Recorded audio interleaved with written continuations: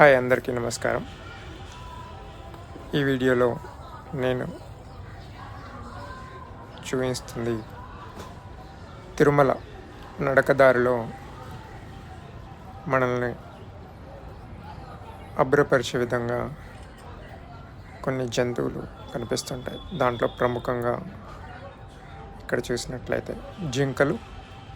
ఇంతకుముందు ఇవి కేజెస్లో ఉండేవి, ఇప్పుడు పులులు వస్తున్నాయనే కారణంతోనో తెలీదు, కానీ అవి వాటిని విడిచిపెడితే అవి కింద నుంచి పైన వరకు ఉన్నాయి.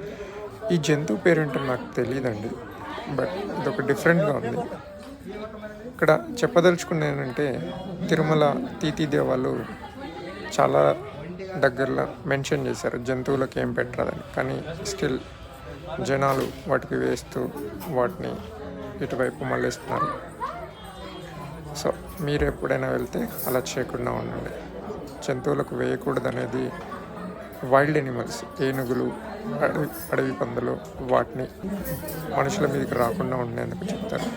ఇది ఎర్ర ఉడత. ఇది ఓన్లీ తిరుమలలో మాత్రమే. ఇది కోతి కాదు, కొండముచ్చు. చూడొచ్చు, కోతి అనుకుంటారు. సో అగైన్ ఇది చాపాలి దగ్గర ఎరుపుతో ఉడత. జై శ్రీరామ్.